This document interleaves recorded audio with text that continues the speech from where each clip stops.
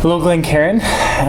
Richard and I have been talking, and we decided that it would probably be best if we sent out a weekly update video during the week. And so today we just wanted to send out a message to encourage you and to give you a little bit of an update of what's going on here at the church.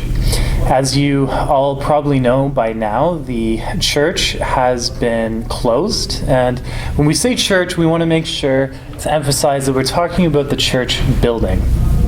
When we talk about the church for what it really is, thinking about its being, the church is actually made up of individual Christians that come together in a community to make the body of Jesus Christ. And Jesus Christ is the head of that body.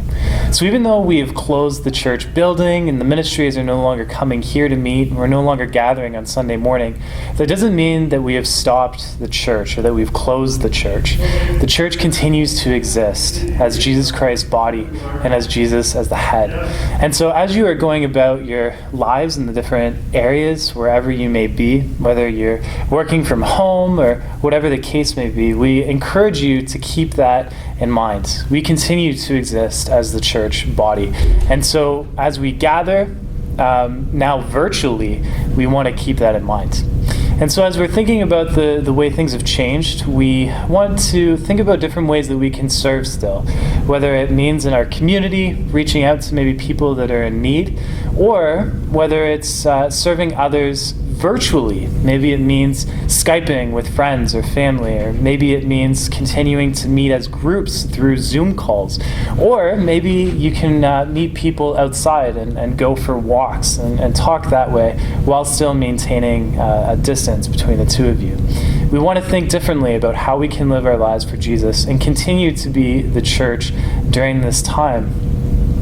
One passage that came to mind that we wanted to encourage you with is in Philippians chapter 4. Here we have the famous verse that I can do all things through Christ who strengthens me.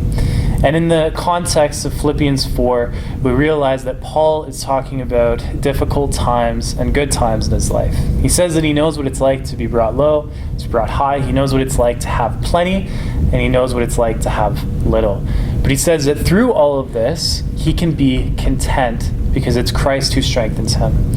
In this passage, Paul is making it clear that his contentment is not based on what he has. It's not based on his current context. It's not based on his job or on his relationships or on his financial security. His contentment is based on Jesus Christ. And during this time when our lives seem to be uprooted and there seems to be difficult things going on, and as there's much uncertainty, we need to remember that our stability and our contentment is not found ultimately in this world, but is ultimately found in Jesus Christ. And the reality that he came, lived, died on our behalf, he rose from the dead, and he's ascended into heaven. And that through him, we can have a relationship with God the Father, that through him, we can have eternal life. And even though other things might be going in a way that we don't want it to be, even though the world may be in a very chaotic very chaotic state right now, we can put our trust in Jesus Christ and the hope that we have in him. So I challenge you, Glenn, Karen, for all of you, for myself, and for the other pastoral staff, that our contentment is not found in this world, but that we would seek Christ. We would seek to continue to live for him during this time, and that we would find our joy and contentment in him.